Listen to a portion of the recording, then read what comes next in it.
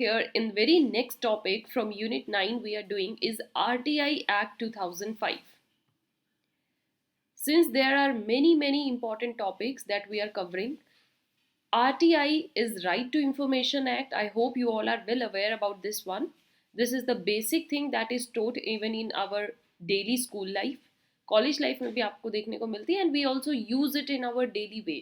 So in today's session, we will see what are those basic facts of Right to Information Act 2005, how it came into existence, क्या क्या efforts लगाने पड़े थे to bring this particular act in India, and when and where it came into existence, where we use it.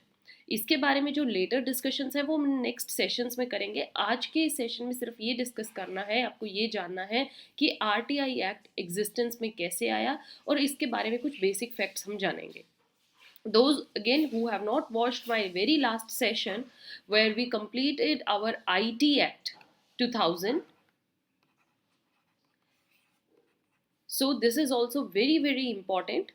On the top I am giving you the link, go and watch it out.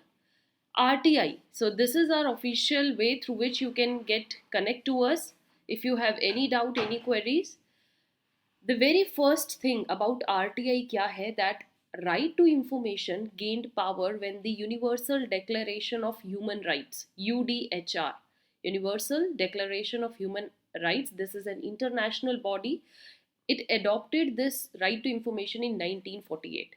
International level पर ये माना गया कि हर एक person को ये equal right है और एक ह्यूमन राइट होना चाहिए कि जिस चीज़ की उनको जानकारी चाहिए वो उनको एट द मोमेंट प्रोवाइडेड हो. उनको किसी भी ऐसी जानकारी से वंचित नहीं रखना है हमें जिसमें उनको काफ़ी लॉस हो सकता है या जिसका उनको जानने का अधिकार है. सिंपल थिंग इज़ दैट कि अगर for example me I want to know something, if there is any emergency in my family या फिर कोई ऐसी क्रिटिकल सिचुएशन हो गई और मुझे बहुत चीज़ों के बारे में जानना है, तो अगर मुझे वो जानकारी at the moment right time पर नहीं दी जाएगी तो मेरा ये राइट इन्फ्रिंज हुआ है. And that's what Universal Declaration of Human Rights first time recognized this in 1948 and providing that everyone with the right to seek and receive information and ideas through any media and regardless of frontiers. Okay. Next thing is that जो International Covenant on Civil and Political Rights है, this is also international body in 1968. See after how many rights, कितने efforts इन्होंने किए कितने सालों तक, almost 20 years. Then in 1966 they state that everyone shall have the right to freedom of expression. जैसा कि हमने अपने आर्टिकल्स में भी देखा है, कॉन्स्टिट्यूशन हमें देता है that we have the freedom of expressing ourselves, expression, as we have freedom to seek, freedom to speech, there is also one thing, so we should also have a freedom to seek and impart information and ideas. जो भी हमें information, for example हमें particular किसी company के product के बारे में जानकारी चाहिए, like how what are the ingredients used in it, तो ये एक इन्फॉर्मेशन नॉर्मल कस्टमर को चाहिए. अगर हम कोई मेडिसिन ले रहे हैं, कोई ड्रग्स यूज़ कर रहे हैं, तो उसमें क्या क्या केमिकल्स यूज़ किए गए हैं, क्या क्या इंग्रेडिएंट्स हैं, ये सब जानने का अधिकार everyone should have. That's why if you see कि कोई भी ऐसा ईटेबल या कंज्यूमेबल आइटम होता है, उसके जो आप लेबलिंग देखते हैं उसमें इंग्रेडिएंट्स आपको प्रॉपर मेंशन किए जाते हैं, in what percentage they are used, how many calories, vitamins, proteins, fats के लिए कितना पर्टिकुलर प्रोडक्ट का यूज़ किया गया है. So that is a clear mention. ये क्यों है? Because this is the thing जो कि राइट टू इंफॉर्मेशन है, वो सबको जानने का, मेन इंफॉर्मेशन जानने का सबको अधिकार होना चाहिए. All good. तो इंटरनेशनल लेवल पर इस राइट टू इंफॉर्मेशन को रिकॉग्नाइज किया जाने लगा. They felt the need that there should be some act जिससे कि everyone can get access to the main information they want. According to Thomas Jefferson, he gave that information is the currency of democracy. If you want your country to be democratic, या आपको democracy लेकर आनी है, तो उसका एक पहलू इंफॉर्मेशन है. इंफॉर्मेशन से वंचित मत रखिए, हर चीज़ को एक यू कैन से ट्रांसपेरेंसी रखिए इंफॉर्मेशन में. And critical to the emergence and development of vibrant civil society. So however, with the view to set up a practical regime for citizens to secure information as a matter of right, जो Indian parliament है, देखो उन्होंने भी कितने time बाद इसको एक act बनाने में कितना टाइम लगा. So right to information act Indian parliament में पास होता है in 2005, and now we have this act which protects the right of the normal citizens के right को secure किया गया through this act, right to information act 2005. इसी को हम आरटीआई एक्ट भी बोलते हैं, आरटीआई कहते हैं ना, RTI. So genesis of RTI law started in 1986. अगर हम देखें इंडिया में 1986 से इसके एफर्ट स्टार्ट हो गए when a Supreme Court gave a judgement on the famous case. It was directed that under freedom of speech and expression, जो ये एक फ्रीडम दिया गया है हमें, एक राइट दिया गया है under article 19 of the constitution which gave us, it implies the right to information भी होना चाहिए, because without information nobody can exercise freely this right of freedom of speech and expression. आपको अगर कोई जानकारी मिलेगी और उस जानकारी से जब आप संतुष्ट नहीं हैं, या आपको लगता है ये जो जानकारी है ये कल हमारे लिए बहुत गलत हो सकती है, या particular thing you got to knew that this is something which is going to ruin our lives later on, only then they can make this freedom of expression more vibrantly. So speech और expression जो है वो कहीं ना कहीं interlinked है right to information से. Information आएगी only then you can go for this right. Again one more article, article 21 of constitution also gives us the right to life and liberty. ये हमें दिया जाता है. Every person has a right to जीने का अधिकार है और लिबर्टी फ्रीडम का अधिकार है. तो आरटीआई एक्ट इसको भी अपनाता है. आरटीआई यहाँ पर भी लगता है if information is linked with somebody's life.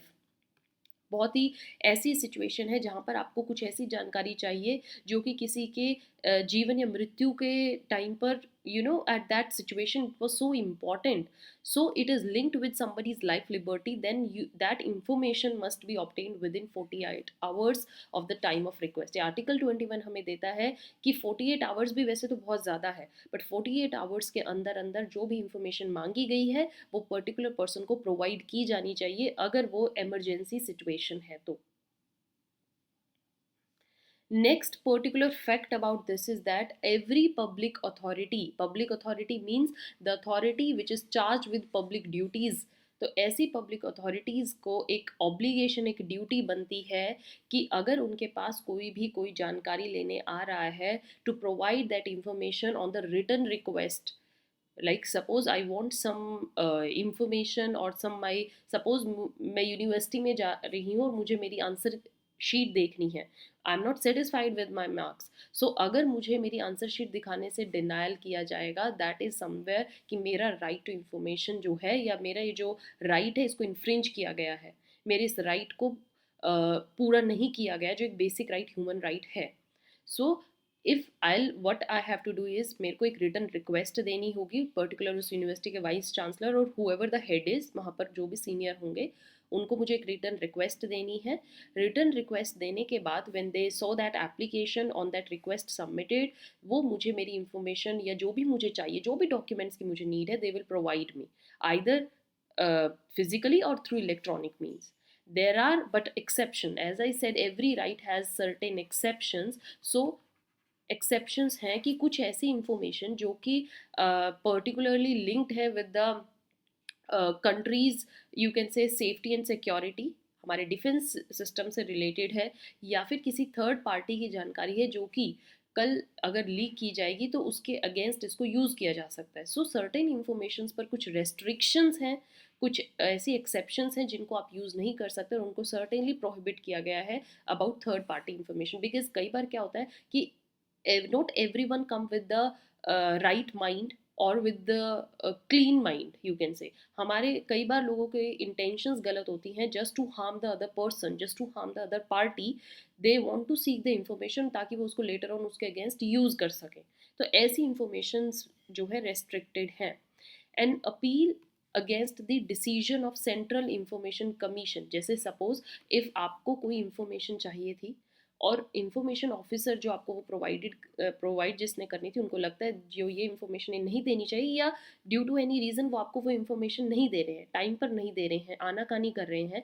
So you can appeal appeal means आप उनके डिसीजन के अगेंस्ट जा सकते हैं, अपील कर सकते हैं against this central information commission या state information commission to any other officer who is senior in rank, that particular right जो है वो मेरा पूरा नहीं किया जा रहा है, मुझे इंफॉर्मेशन नहीं दी जा रही है, and they are strictly neglecting this, so kindly help us. So these are the particular facts. I hope dear students आपको RTI Act की basic जानकारी अब मिल गई है, what exactly it is, and we will complete our this act in coming sessions. Pay your attention, don't skip any class, and don't forget to subscribe. Comment below if you like the video, just give a thumbs up, like it, share and subscribe more and more. It gives us a lot of